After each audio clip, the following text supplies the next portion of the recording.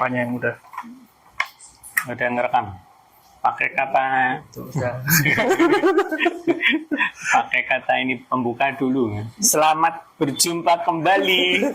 Kemarin nggak ada kata pembuka, tapi Nggak ada kata pembukanya.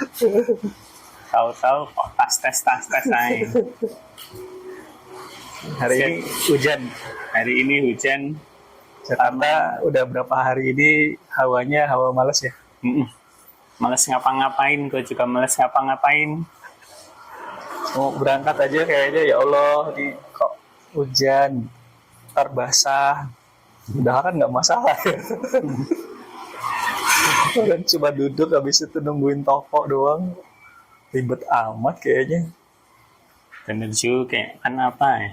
Cuma kalau hujan gini emang toko gua nih selalu kayak gini nih, ada air mengalir kayak lagunya itu, air mengalir dari Solo.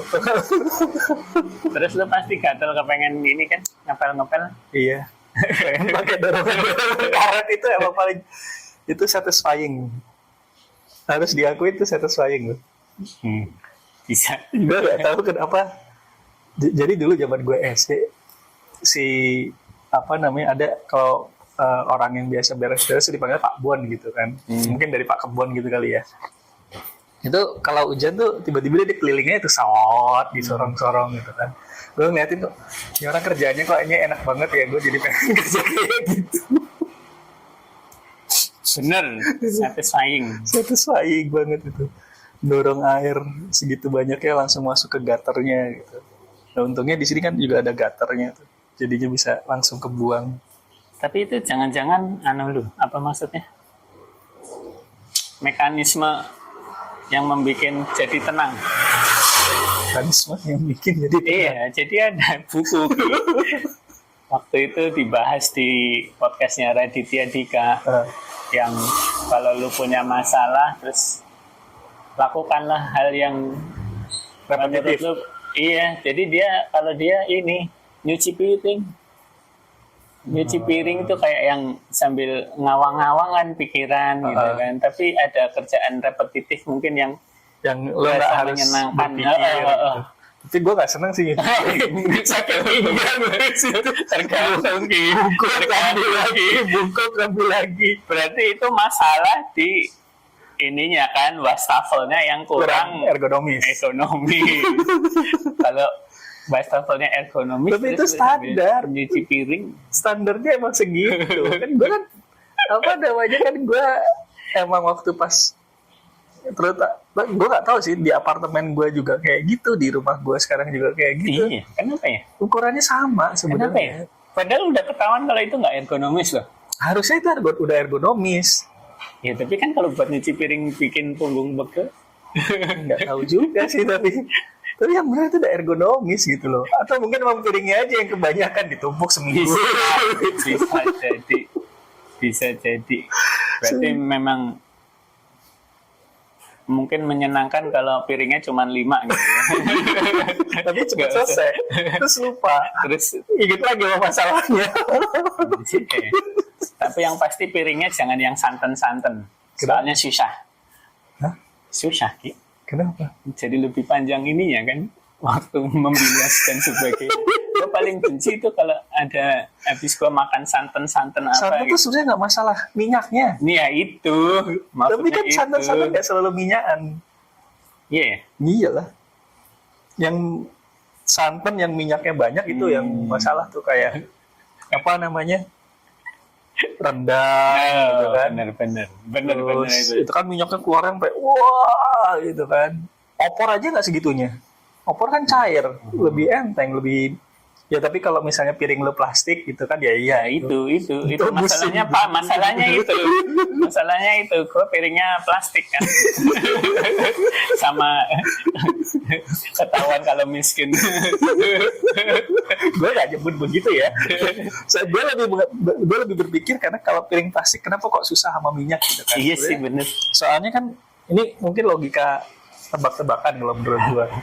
Soalnya kan setahu gue gitu ya, molekulnya plastik itu kan asalnya dari minyak gitu kan, dari minyak bumi juga. Jadi minyak ketemu minyak ya salaman gitu, nggak mau lepas. kan kayak orang kalau cocok itu ya ketemu gitu kan, kesamaan gitu kan. Walaupun Jadi yang punya pengalaman dengan minyak dan piring plastik, coba tolong komen, siapa tahu kita bisa. oh iya, sama jangan lupa ini kemarin kita kan ngomong gitu loh, jangan lupa kalau di depan kita bisa ngomong jangan lupa buat like dan subscribe kita punya channel gitu kan. Benar. Kemarin juga kita bilang nanti kita ngomongnya gitu ya, jangan lupa. Ternyata Malah kejadian. lupa. Ini gua nggak tahu nih kedengeran apa enggak sih suara truk apa segala macam gitu. Suara apanya? Truk apa mobil lewat gitu. Kedengeran sih kemarin. Kalau dengeran nih, ya nggak apa-apa lah kalau kedengeran sekarang juga. Biar kayak obrolan apa gitu kan. Kita nggak punya studio, jadinya ya udahlah gini aja, apa adanya. Jadi yang punya studio dan mensponsori Dengan sudah hati, tapi kalau bisa jangan jauh-jauh. coba di daerah Fatmawati aja. Fatmawati boleh, daerah sekitaran Kemang juga boleh gitu. Deket-deket lah antara Fatmawati, Kemang, Mampang gitu ya, nggak usah jauh-jauh lah pokoknya. Kita orangnya soalnya Malesan dan banyak mau, udah males banyak mau lagi. nggak punya duit lagi. Walaupun nama programnya obrolan membawa rezeki, tapi masih belum ada rezeki ya udahlah. Ya semoga bisa membawa rezeki untuk kita.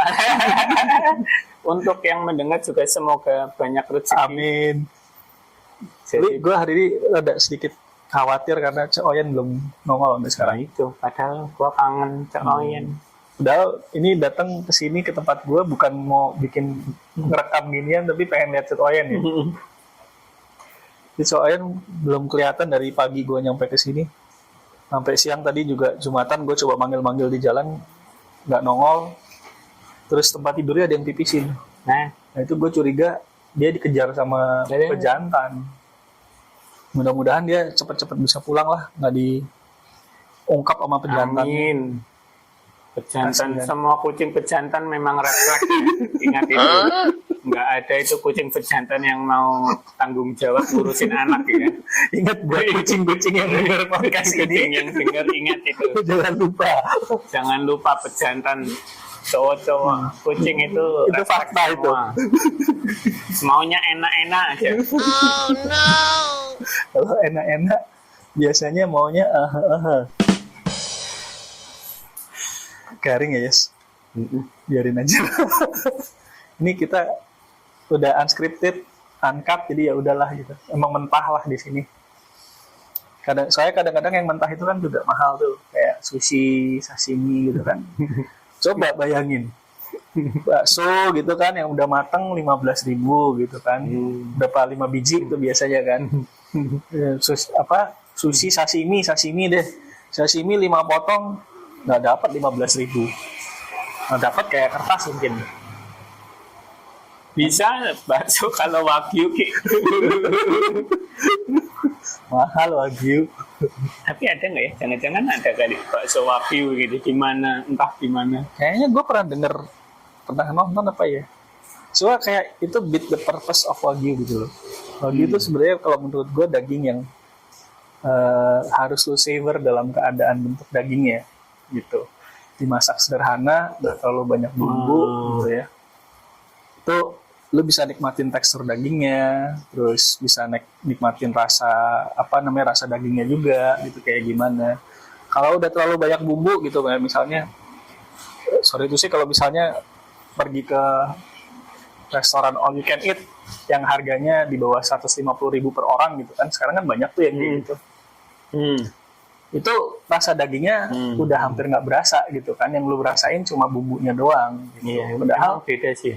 yang emang mesti dirasain itu kan rasa dagingnya gitu. Iya, sama gimana itu ya yang pernah gua nyobain rasa apa sih dagingnya kayak melting gitu rasanya.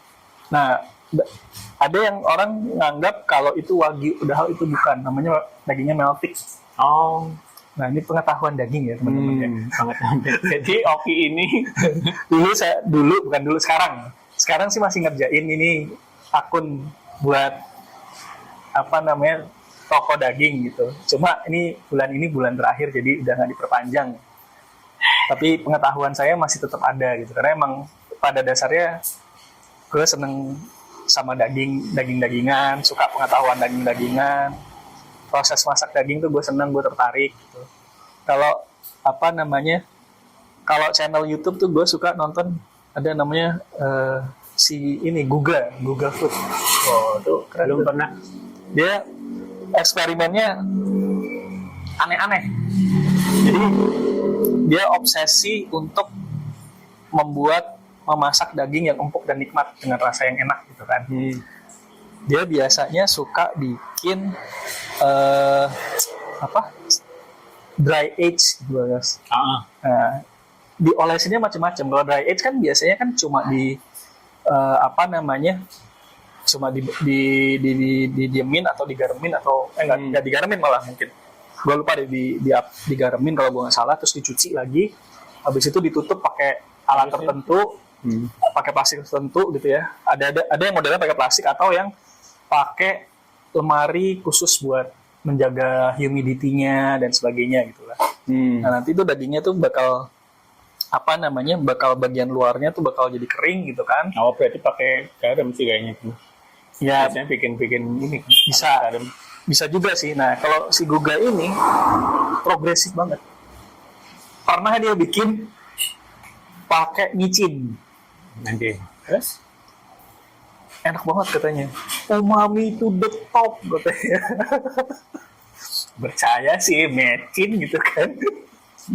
Terus pernah pakai peanut butter. Aneh-aneh aja gitu kelakuannya. Di dry age biasanya dry age itu 30 harian lah paling enggak, udah kan sebulan gitu di iniin.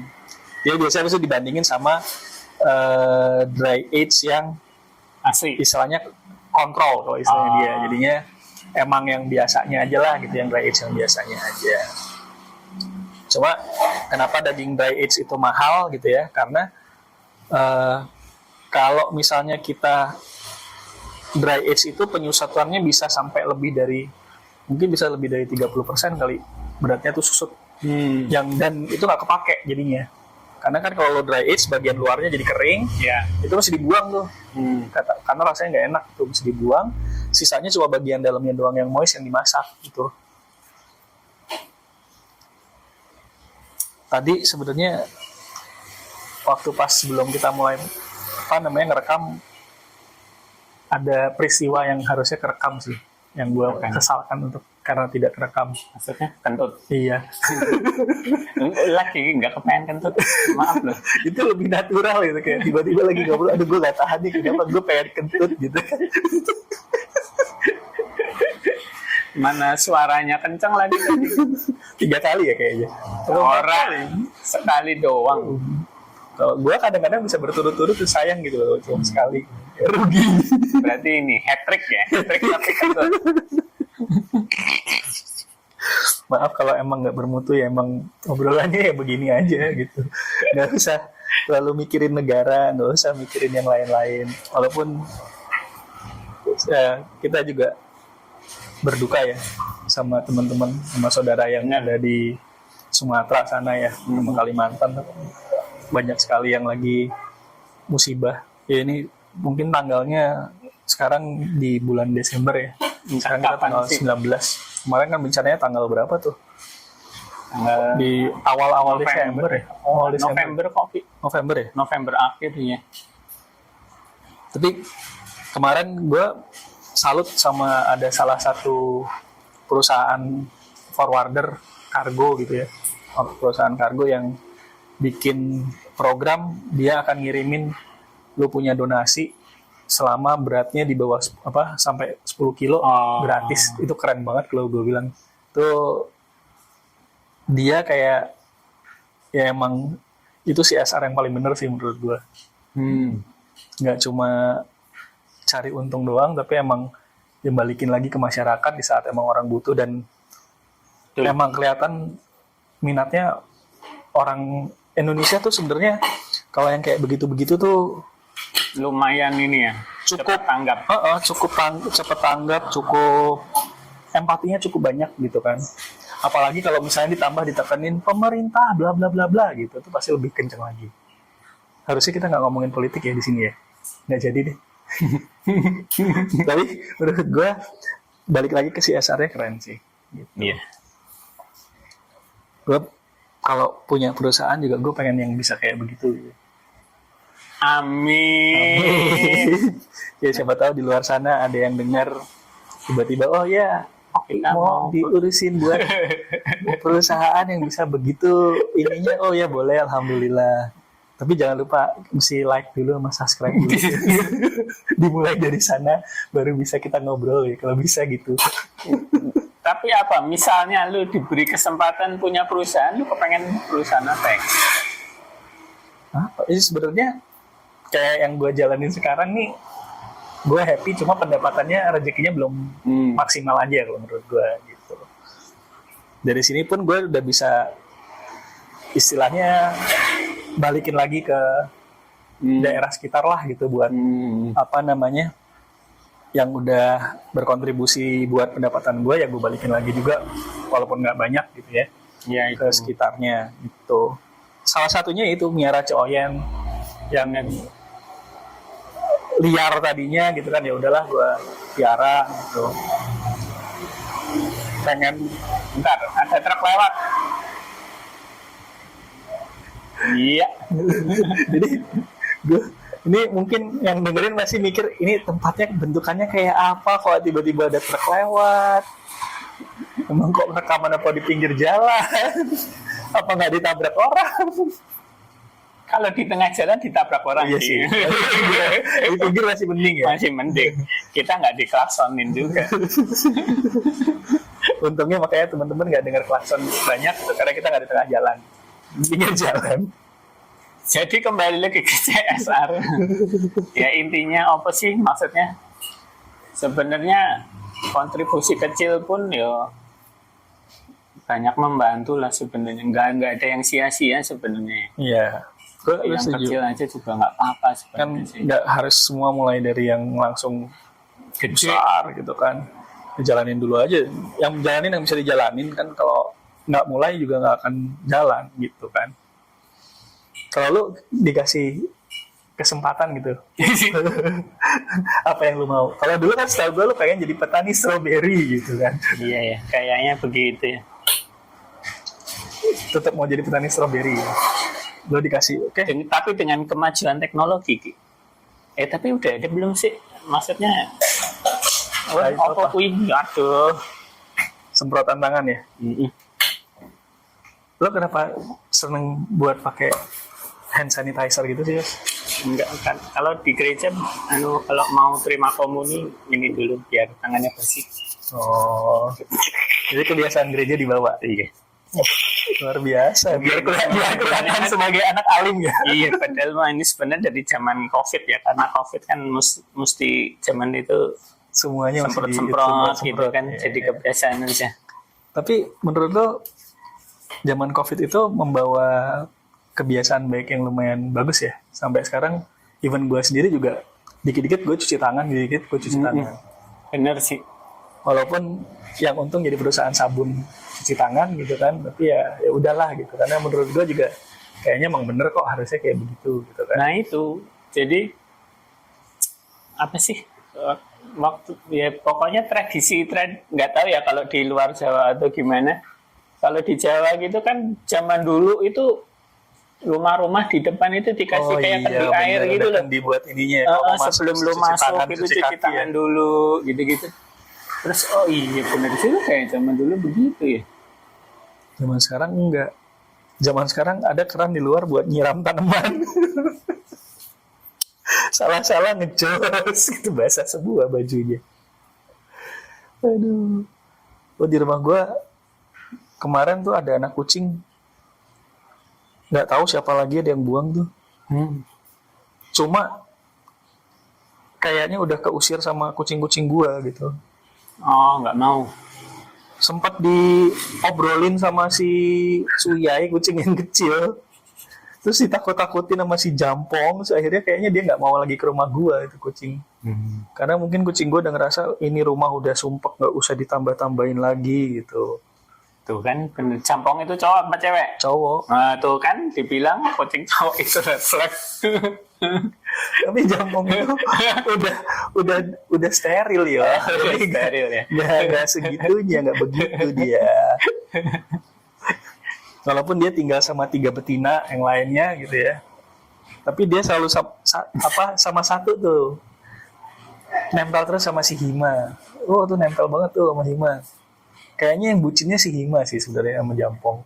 Karena dari kecil pertama kali si Hima masuk itu ke rumah, dia ngikutinnya Jampong. Sampai sekarang juga gitu. Kalau Jampong nggak kelihatan lama, berisik banget nyariin Jampong. Ntar kalau Jampong udah lihat, tenang, tapi dicuekin sama Jampong. Brengsek tetap Jampongnya. Emang kucing jantan tuh brengsek. Ingat kucing betina jantan. Red flag semua.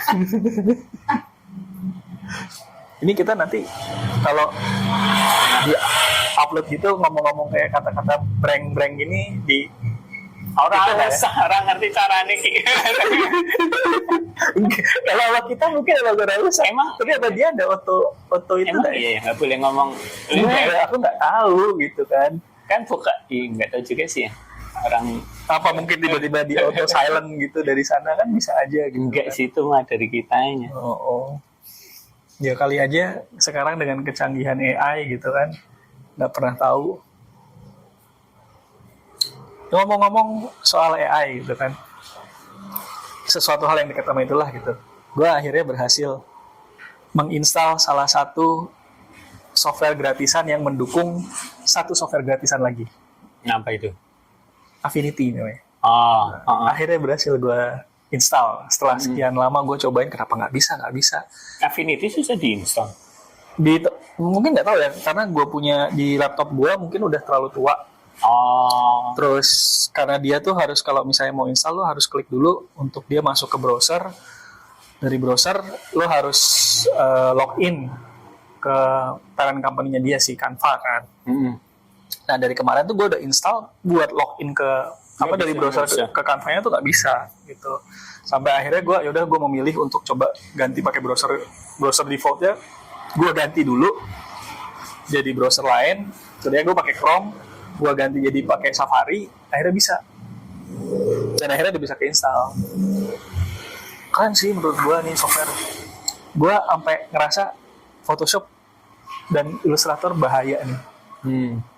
Gawat. Ini kayak mungkin kalau graphic designer tahu nih, dulu ada dulu Corel, sekarang juga masih ada kan. Ini kayak modelnya kayak satu tempat itu lo bisa editing vektor, bisa editing image dengan berbagai macam filter, dengan berbagai color adjustment. Jadinya kayak ya udah di situ aja. Cuma gue belum tahu seberapa berat nih. Berarti harus selalu online dong. Maksudnya kalau ada nggak online. Enggak Online. Offline. Oh ya? Itu yang gila, bisa offline. Cuma emang gue belum nyobain seberapa kompleksnya dan hasil printing, kalau hasil di output jadi printingnya kayak gimana. Kalau buat Sosial media gue rasa sih nggak masalah gitu kan, karena kan resolusinya nggak butuh tinggi. Tapi kalau printing kan lu butuh resolusi yang tinggi gitu kan.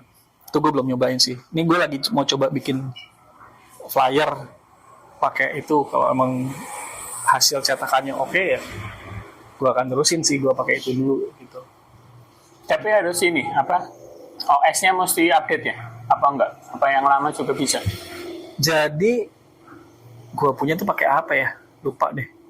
Pokoknya pakai gue masih bisa. Tapi ada kayak beberapa fitur kayak yang modelnya AI dan machine learning, dia harus ada minimum software-nya. Lo punya OS-nya harus minimumnya yang apa gitu. Nah kebetulan gue punya, karena nggak nyampe ke situ jadinya nggak bisa gitu. Gue penasaran terus terang. Jadi siapa tahu ada rezeki, ada yang punya laptop murah gitu ya, laptop MacBook yang murah yang udah bosen nggak mau dipakai gitu. Gue dengan senang hati menerima. Komen aja di bawah, kasih tahu. Siapa tahu gue bisa dapat MacBooknya gitu tanpa harus Sunny, I love you. Iya, kembali lagi. Gue baru inget, ya juga. Untungnya masih inget ya. Emang udah bertekad lu ya? Iya, bertekad kalau batuk Sani I love you. Neng Sani, ini fans berat Anda nih emang bener-bener luar biasa. Kayaknya dari gue berapa tahun yang lalu, dari zaman Sani masih di JKT gitu kan, sampai sekarang udah gak di JKT, ini orang masih ributin aja ngomongnya itu gitu. Berarti emang kayaknya fans bucin. Bahaya nih. Gimana? Gayung bersambut gak itu masalahnya kan? Kalau misalnya gayung bersambut ember kan susah. Nah itu, untuk yang tahu dukun pelet silahkan komen. Atau sedia jasa dukun pelet. Tapi Sani ya, jangan yang lain.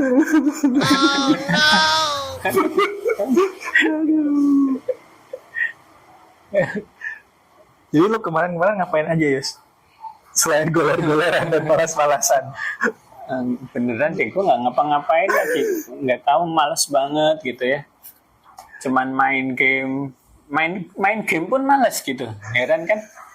Ini aduh kok gamenya susah ya. Lu pernah ngerasain, aduh gue males gitu, pernah nggak? Ini pernah. Gua ngantuk tapi males tidur. Pas kayaknya semua orang pernah deh.